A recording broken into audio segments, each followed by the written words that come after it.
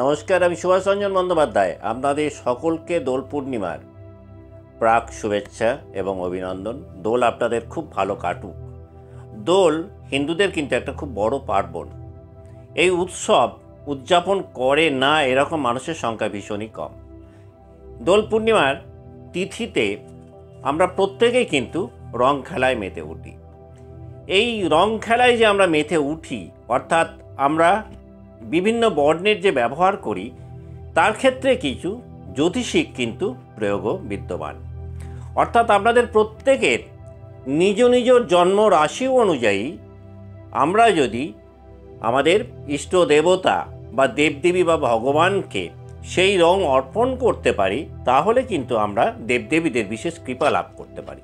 দেখুন, কী রং আমরা খেলবো বা ব্যবহার করব, এটা তো নিজের উপর নির্ভর করে না, কারণ রং আমরা সকলে মিলে একসাথে খেলি। সুতরাং সেই ক্ষেত্রে সব বর্ণের ব্যবহারই কিন্তু হয়ে থাকে।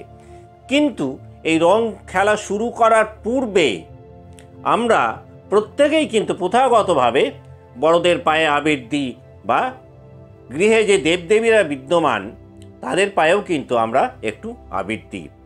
সেই ক্ষেত্রে আমরা এই রাশি অনুযায়ী আবিরের বর্ণ যদি নির্বাচন করতে পারি বা ছোট কিছু উপকরণ তার সাথে ব্যবহার করতে পারি, তাহলে কিন্তু এই দোল পূর্ণিমার পর থেকে পরবর্তী সময়টা আমরা অনেক ভালো তৈরি করতে পারি। অর্থাৎ টাইমটাকে আমরা আমাদের ফেভারে আনতে পারি, অনুকূলে আনতে পারি। প্রথমেই আমরা দেখে নেব যে 2024 সালে দোল পূর্ণিমার সময়সূচি।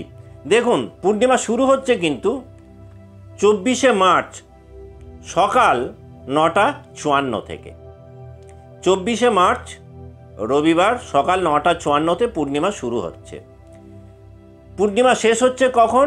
25শে মার্চ সোমবার দুপুর 12:29। 25শে মার্চ দুপুর 12:29 পূর্ণিমা শেষ হচ্ছে। যারা পূর্ণিমার ব্রত উপবাস করবেন তারা তো জানেনই, এই সময়টাতে আপনারা পালন করবেন। যারা এই পূর্ণিমা তিথিতে মুন রিচুয়ালস পালন করেন তারাও কিন্তু 24 তারিখ রাত্রিবেলা আপনারা চন্দ্র স্নান করতে পারেন, চাঁদ দর্শন করতে পারেন। চাঁদের আলোর নিচে জ্যোৎস্নার আলোয় পরমান্ন রান্না করে বেশ কিছুক্ষণ চাঁদের আলোর নিচে রেখে সেই পায়েস আপনারা গ্রহণ করতে পারেন। রাত্রিবেলা অতি অবশ্যই পূর্ণিমায় আমাদের স্নান করতে পারলে খুব ভালো হয়। যারা স্নান করতে পারবেন না তারা কিন্তু অন্তত চোখে মুখে খুব ভালো করে জল দেবেন, দুটো হাতকে পরিষ্কার জলে ধোবেন, দুটো পাকে প্রচুর পরিমাণে জল দিয়ে ধোবেন।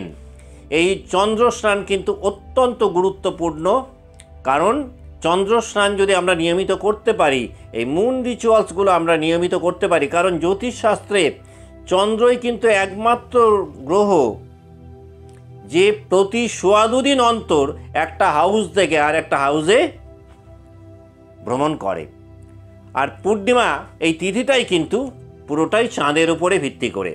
তাই এই মুন রিচুয়ালস করা কিন্তু আমাদের জন্য প্রত্যন্ত উপকারী। মূল আলোচনায় ফেরত আসি। রাশি অনুযায়ী আমরা কে কোন বর্ণের আবির বা রং আমাদের ইষ্ট দেবতা বা ভগবানকে আমরা নিবেদন করব। যাদের জন্মরাশি মেষ, খুব ভালো হয় তারা যদি লাল বা গোলাপি আবির ভগবানের চরণে নিবেদন করে এবং সেই আবিরের সাথে একটু মিষ্টি দই মাখিয়ে কপালে একটা টিকা লাগিয়ে নিতে পারেন, অত্যন্ত শুভ ফল পাবেন। যাদের জন্মরাশি বৃষ, তারা কিন্তু কমলা বা গোলাপি বর্ণের আবির বা রং দেবদেবী বা ভগবানের পায়ে দিতে পারেন এবং এই দুটো আবিরের যে কোনো একটার সাথে একটুখানি মিষ্টি দই মিশিয়ে নিয়ে কপালে একটা টিকা পড়তে পারেন। যাদের জন্মরাশি মিথুন, তারা যে বর্ণটা ব্যবহার করবেন সেটা হলো হলুদ অথবা সবুজ আবির ভগবানকে দেবেন। দেখবেন জীবন অনেক সৌভাগ্যশালী হয়ে যাবে। আগামী দিনগুলো অনেক মধুরতার সঙ্গে জীবন কাটাবেন। যাদের জন্মরাশি কর্কট, তারা কোন বর্ণের আবির ব্যবহার করবেন? হলুদ হতে পারে, ব্লু হতে পারে, স্কাই ব্লু হতে পারে, অত্যন্ত লাকি কালার। এই তিনটে বর্ণের যে কোনো একটা বর্ণের সাথে একটু মিষ্টি দই মিশিয়ে দিয়ে কপালে একটা টিকা লাগান এবং এই তিনটে বর্ণের যে কোনো একটা বর্ণের আবির দেবদেবী বা ভগবানের চরণে অর্পণ করুন। যাদের জন্মরাশি সিংহ, তারা কোন কালারের আবির ব্যবহার করবেন? গোল্ডেন হতে পারে, অরেঞ্জ হতে পারে, ভায়োলেট হতে পারে, অর্থাৎ বেগুনি, সোনালি অথবা অরেঞ্জ, এই তিনটে বর্ণের আবির আপনারা দেবদেবীকে দিতে পারেন এবং তিনটের যে কোনো একটার সাথে একটু মিষ্টি দই মিশিয়ে একটা টিকা লাগিয়ে রং খেলাটাকে আপনারা শুরু করতে পারেন। আলোচনার ফাঁকে ছোট্ট করে বলে রাখি, যদি ভিডিওগুলো আপনাদের ভালো লাগে তাহলে ছোট্ট করে একটা লাইক দেবেন, শুধু আমাকে একটু এনকারেজ করার জন্য। আর যদি মনে হয় ভিডিওগুলো ইনফরমেটিভ বলে মনে হচ্ছে তাহলে চ্যানেলটাকে সাবস্ক্রাইব করে রাখবেন, যাতে করে পরবর্তীকালে ভিডিও আপলোড করলে সেই ভিডিও দ্রুত আপনাদের কাছে পৌঁছে যায়। আর আপনারা যে বিষয়গুলোর উপরে আগ্রহী, যে বিষয়গুলোর উপরে আপনাদের কৌতূহল রয়েছে, যে বিষয়গুলো জানতে পারলে আপনাদের জীবনটাকে অনেক সহজ এবং সাবলীল করে তুলতে পারছেন বলে আপনারা মনে করছেন, সেই বিষয়গুলো কিন্তু কমেন্ট বক্সে লিখতে ভুলবেন না। আমরা চেষ্টা করব সেই বিষয়গুলোর উপরে ভিডিও বানানোর, যাতে করে একটুখানি হলেও জ্যোতিষশাস্ত্র আপনাদের উপকারে লাগতে পারে। কারণ জ্যোতিষ এমন একটা শাস্ত্র, এটা দিয়ে আমরা কিন্তু জীবনটাকে অনেক সাজিয়ে তুলতে পারি। কাজেই আপনাদের কমেন্ট কিন্তু আমাদের কাছে অত্যন্ত গুরুত্বপূর্ণ। আর কমেন্টটা আমরা যদি সেলে লেখেন তাহলে আমাদের খুব সহজ হয়ে যাবে আপনাদের কমেন্টের উপর ভিত্তি করে সেই ভিডিওগুলোকে বানানো। আসুন, যাদের জন্মরাশি কন্যা, তারা কি বর্ণের আবির বা রং ব্যবহার করবেন? কন্যা রাশির জাতক জাতিকারা সবুজ বর্ণের আবির দেবদেবী বা ভগবানের চরণে নিবেদন করুন এবং একটু মিষ্টি দই মিশিয়ে কপালে একটা টিকা পরে রং খেলা শুরু করুন।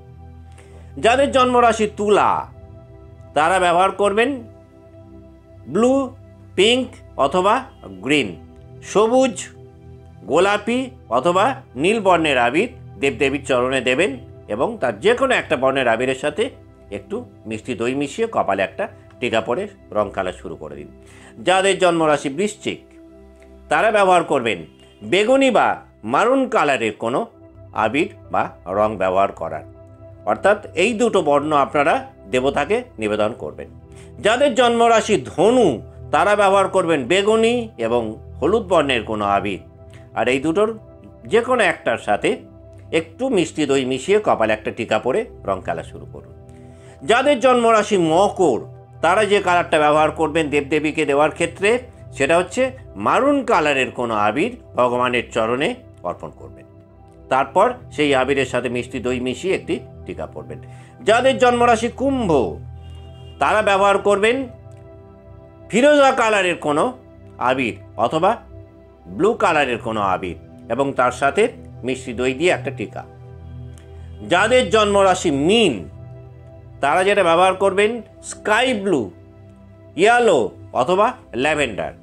স্কাই ব্লু, ল্যাভেন্ডার কিংবা ইয়েলো, এই তিনটের যে কোনো একটা অথবা তিনটেই একটু ভগবানকে অর্পণ করুন। তিনটের যে কোনো একটায় একটু মিষ্টি দই মিশিয়ে নিয়ে কপালে একটা টিকা লাগান। তারপর আপনারা এই দোল উৎসবে মেতে উঠুন। দেখুন, সৌভাগ্যের বন্যা বয়ে যাবে শুধুমাত্র এই কালার থেরাপির গুণে। আপনারা জানেন, জ্যোতিষে কালার থেরাপির কিন্তু একটা মস্ত বড় বৈচিত্র্য এবং গুণাবলী রয়েছে। এই কারণেই যারা রত্ন ধারণ করতে পারেন না, তারা দেখবেন সেই বর্ণের যদি একটা কাঁচও হাতে পরেন তাতেও কিন্তু ফল পেতে পারেন। সেই বর্ণের একটা বিছানার চাদর বা বালিশের ওয়ারও যদি ব্যবহার করতে পারেন, একটা পর্দা ব্যবহার করতে পারেন, তাতেও কিন্তু আপনারা লাভবান হতে পারেন। অর্থাৎ সর্বক্ষেত্রেই কিন্তু আমরা জ্যোতিষশাস্ত্রে দেখেছি যে রং বা কালার কিন্তু একটা বিশেষ প্রভাব আমাদের জীবনে ফেলে। সেটা একটা বাড়ির রং হতে পারে, একটা জামা কাপড়ের রং হতে পারে, বিছানার চাদর হতে পারে, একটা ব্যবহৃত দ্রব্য বা রত্ন সেটাও হতে পারে। অনুরূপে দোল উৎসব কিন্তু মূলত রঙকে ঘিরেই, অর্থাৎ বর্ণময় ব্যাপারটা কিন্তু এই দোল উৎসবের একটা চরিত্র। আর এটা যদি আপনারা রাশি অনুযায়ী করতে পারেন তাহলে জীবনের নানাবিধ ক্ষেত্রে নানান রকমভাবে আপনারা লাভবান হতে পারেন। আজকের মতো অনুষ্ঠান এখানেই শেষ করছি। ভালো থাকবেন। নমস্কার।